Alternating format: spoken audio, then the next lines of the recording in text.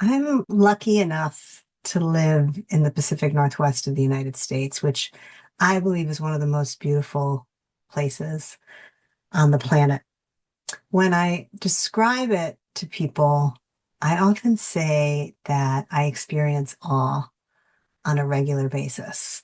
I can be walking or driving, I can be intent in a conversation or listening to a book.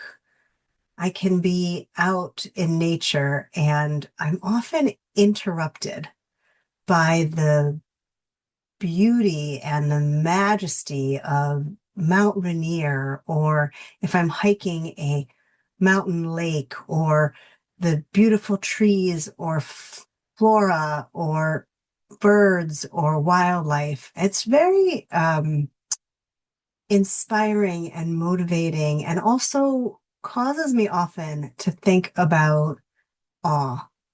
As I said, awe interrupts your thinking. Awe makes you realize that you are both so big and so small at the same time.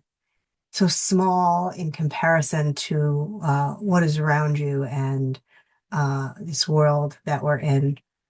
And I often think about a lesson that I learned in reading The Coaching Habit by Michael Bungay Stanier.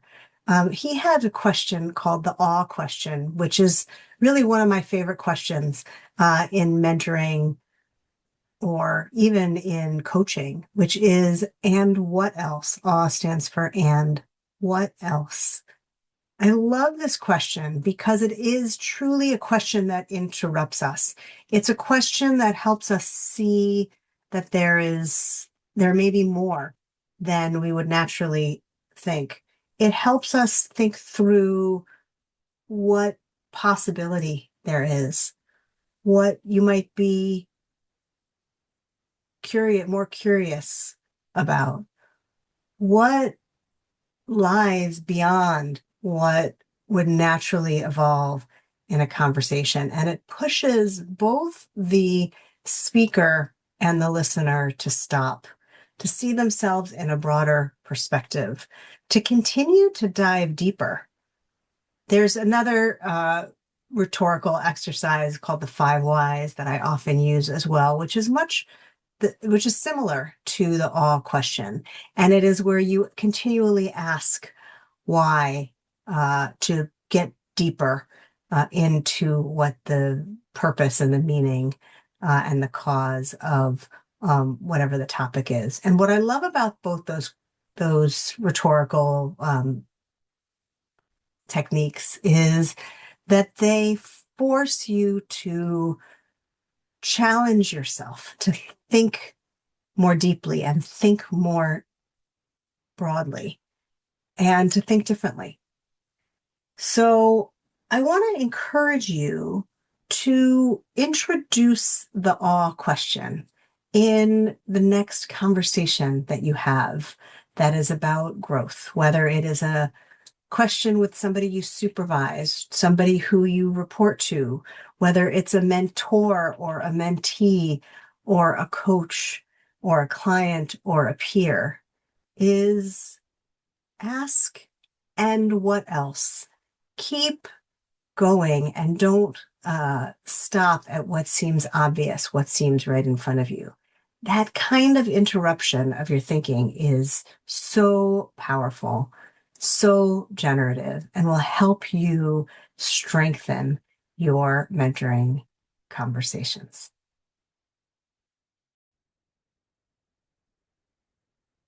There's another way to use this and what else question.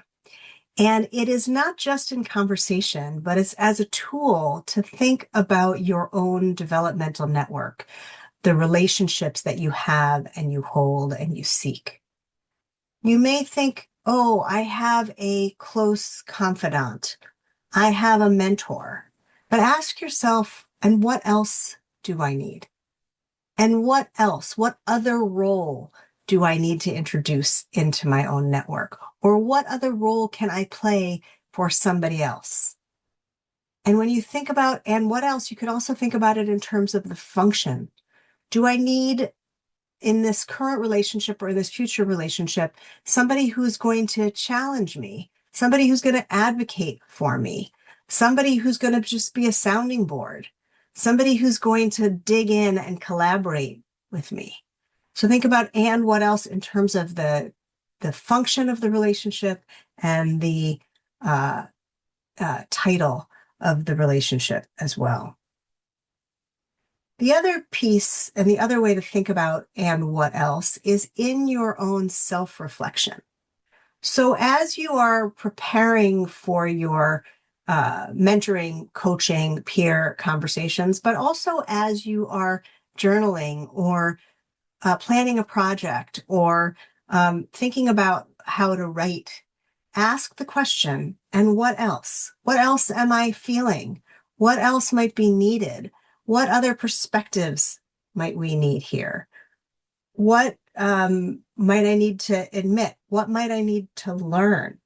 And sometimes the most important developmental conversation is really the conversation that we have with ourselves before we approach others. And this and what else question can help with that.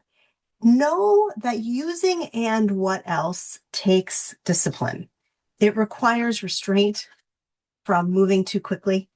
It forces us to honor silence and understand that there always is another potential avenue, another potential relationship, another potential function, another potential possibility.